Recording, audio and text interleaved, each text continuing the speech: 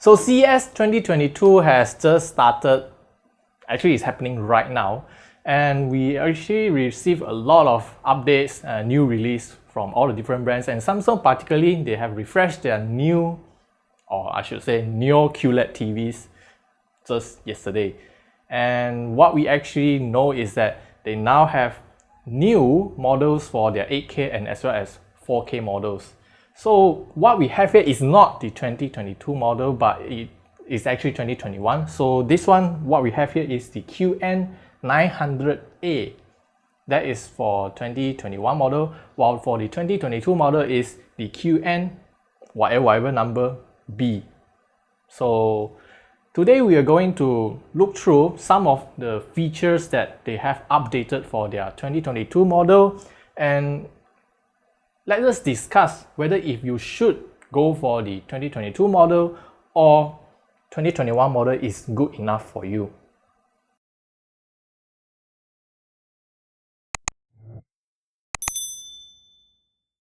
Let us get it started with how you can differentiate different models, the price range, as well as basically the model names they have for their TV lineup. Samsung now have 8K and 4K models for their Neo QLED models. So they have flagship, mid-range and entry, as you can see from this table. So for the QN900 series, is basically their top of the line 8K series Neo QLED TV. So what they have changed actually from the 2020 to 2021, the one we have here, is they upgraded the panel with mini LED backlight. So for the 2022 model, again, it is still using mini LED. So I would say for, first of all, the biggest update for the 2022 model is actually the panel quality. Instead of supporting 12-bit color, now they can actually support up to 14-bit color. And apart from the bitrate changes, they also have some AI features built into the, I would say, the software and stuff like that. Number one is the shape adaptive backlight. By using AI, they can study whatever is shown on the display to somehow focus on the main subject and to emphasize the backlight so that you can somehow see the subject in a better way. I don't know how to describe it, but it is just an AI so that they can study whatever is happening, so you can see the stuff looks great. That's the thing. But AI, well, it still remains to be seen the actual performance, how it reflects in everyday usage, because most of the time your content consumption, your movies, your games and stuff is pretty random, and it is really challenging for the AI to actually study and learn how things actually being shown on the display. And the other AI feature they have is the enhanced focus thing. I don't know how are they going to emphasize this. The way it works is to highlight the object, or I should say the subject of the stuff. For example, in this scene, you have background far away from the front item. So let's say this tree is the actual subject we're looking at. So they will emphasize the focus on this tree, and somehow this tree will pop out from the rest of the background stuff. Again, we still have to see how it works on the 2022 model. All of these are not available on the 2021 model, but frankly speaking, I think it still looks fine. Number two, for the new 2022 model update is they are going to synchronize, I should say, trickle down the Infinity One design of this chassis down to their QN800, QN700, and as well as the QN95, the 4K model, the top of the line 75-inch. That means now this design is used on all of these models. Frankly speaking, this chassis design, the bezel thinness is one of the, actually it's not one of the, it is the thinnest in the market right now. There is no other TV manufacturer or brands is able to replicate this kind of design. And frankly speaking, why it is that way is because the cost the engineering challenges to manufacture this in a large quantity.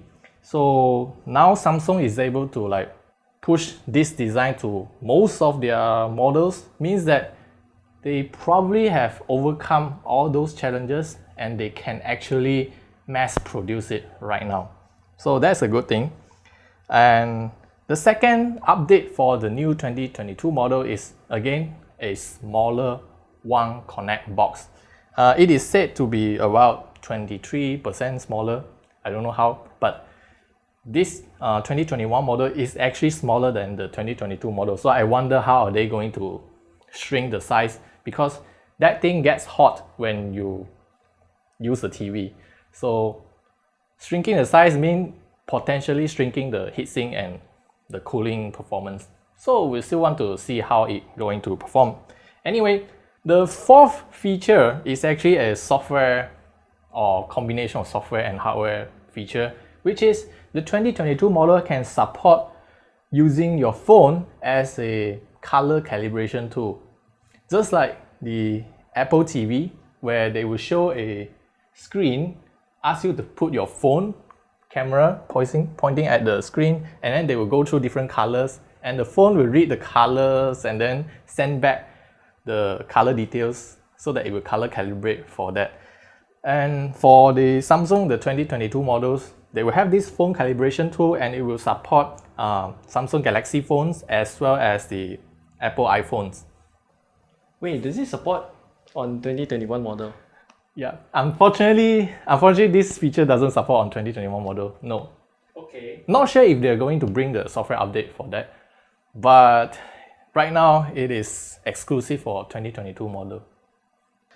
The fifth update for the 2022 model is the panel for gaming now can support up to 144 Hz for 4K. And of course, there's a lot of asterisks there, because you know, consoles like Xbox and the PS5, they actually only support at 4K 120 maximum. So this update is mostly beneficial for PC gamers. For example, you have a PC, HTPC alongside with the TV, then you can enable 4K 144 Hz. For 8K, it's still stuck at 60 Hz. So presumably the new one will have DisplayPort. They need to have it. Well, else HDMI can't go 144. I'm not sure about if they have DisplayPort or not. If they only comes with HDMI 2.1, means they will have to sacrifice some of the bandwidth and color bandwidth, so that they can achieve 4K 144 Hz. That means it's kind of like an quote-unquote overclock mode. Yes, more or less. So or maybe they give you USB Type-C. That would be interesting if they did. Yeah, it would be interesting, but right now I don't have a lot of information about that yet, so all of those remain to be seen until we got our hands on to the 2022 model. Hopefully, fingers crossed. Yeah, so 2021 model right here is kind of like an update to the previous version. Well, for the 2021 model, you still can support 4K 120 Hz gaming. Which I still think is plentiful. I think it's plentiful. It's really, seriously, 120 and 144 Hz gaming, you can't really differentiate all that much from there. Unless you are talking about 240, maybe you can tell the difference. But 120, 144. And lastly, the next upgrade they have received for the 2022 model is the support for Dolby Atmos decoding. Mixed feelings, because Dolby Atmos, if supported, it's good, but it's very rare. It's very rare, but again, the speaker placement and the speaker configuration is still 6.2.4. You got bottom backfiring speakers at the bottom, top firing speakers. So again, if you have their top of the line Q900 series, those soundbar, then you can actually somehow create your home surround system. But even with just the TV alone, I think the sound system is pretty good already. So in terms of the physical speaker hardware, not much has changed. So it brings us to the back to the original question, whether if the 2021 model, is it good enough for you or you should wait for the 2022 model? Number one, if you're getting the 900 series, the top of the line, I think it doesn't really matter that much in terms of the whether is it 2021 model or the 2022 model, because first of all, the design will be the same. The only change will be just the one connect box. For the newer one will be slightly smaller, but I don't know if it is good or bad change. It is something we really cannot tell as of right now. And the panel quality, whether it can support up to 14-bit color, again, it is we still cannot tell whether it is good enough for you, because number one is you have to determine whether the type of content you're watching, are they actually outputting that kind of raw source for it to display or not. So for gaming wise, again, 120 Hz for console. If you play on consoles, 120 Hz is your maximum cap, 4K 120. So 2021 model is still a very good viable option if you can get discounts right now. For example, this particular model, the QN900A 75-inch, is now selling for 30,000. 30,000, yes. Originally it was 37,000 or something like that. That's quite a bit of a discount right there. Yeah. So if you can get a discount there, then I think it's a good option. And also, word of advice, wait for the 2022 model to come out, so the price of the 2021 model will drop. May go further down. Yeah. So I would say, unless you are currently trying to get the mid-range or entry models, for example, the QN800 or the QN700B, then maybe you can wait a little bit and see if the 2022 model is coming in and what's the price for those models. Because I would say the Infinity One design is something worth paying money for.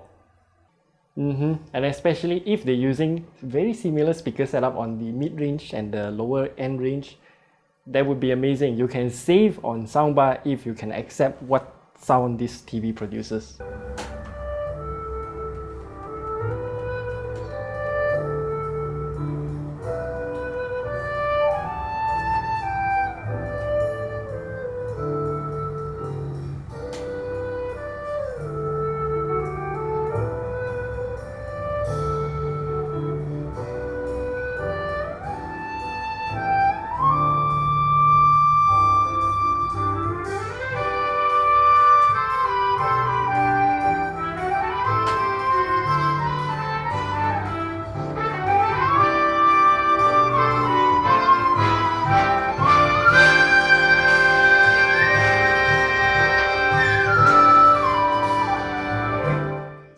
But again, if you are rich enough to spend that kind of money, I guess paying that extra for the soundbar is not really a problem. So I think that's all for this rather short preview for the 2022 model, and as well as a look at what we have here, the 2021 model, the QN900A. So do let us know what you guys think, and if you got any questions, do leave it down in the comment section below, and I'll see you guys in the next video.